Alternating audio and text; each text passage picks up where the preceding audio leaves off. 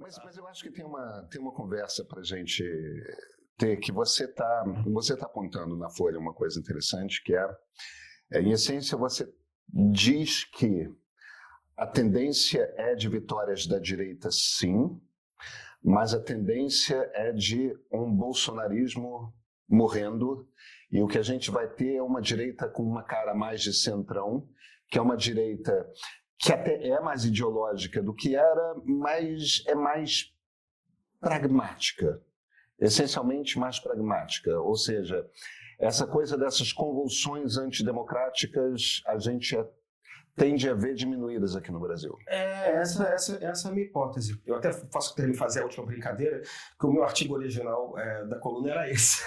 Mas aí apareceu a eleição americana e disse assim, mas caiu a matéria, né? Como vocês falam, caiu a pauta. Aí eu fui do Trump, entendeu?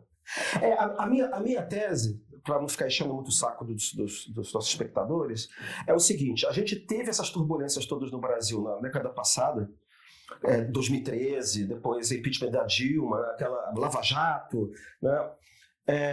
Porque a sociedade brasileira tinha se modificado e ela não se percebia mais no sistema, naquele modelo de política que existia, que estava em vigor, que é aquele presidencialismo imperial de coalizão, na qual os partidos de direita não se assumiam como de direita, quer dizer, os partidos que formavam o centrão, e eles iam a reboque dos governos, a reboque do governo Fernando Henrique, que era um governo liberal-democrata, e a reboque do governo social-democrata do PT. Essas pessoas...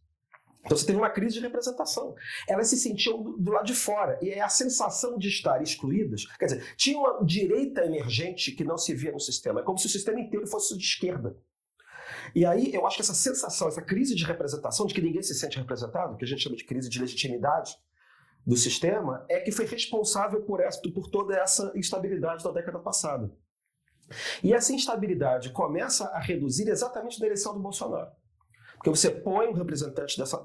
Então, esse que é o paradoxo. Você coloca um candidato antissistema dentro do sistema. E a mesma eleição para o Congresso elegeu muita gente de direita. E ali o Centrão começou a se assumir como de direita também. Mas não de direita antissistema. Essa que é a minha tese. Né? Só que o Bolsonaro não entendeu aquilo ali. Que ele podia ter governado com maioria de maneira funcional, digamos assim, porque ele é disfuncional, é um personagem disfuncional, naquele momento. E aí a gente não precisa fazer análise aqui do governo Bolsonaro, só para falar dessa concepção dele de democracia, concepção reacionária e liberal de democracia. Né? Aí a tese a partir do momento em que você elege governadores de direita, que você deputados de direita, quer dizer, novos, aqueles que vestem a camisa, né? E os antigos que passam a se assumir como de direita e a brecar, mais evidentemente, pautas de esquerda. Né? Quando você faz isso, você começa a pressão antissistêmica, a pressão golpista, a pressão disruptiva começa a diminuir.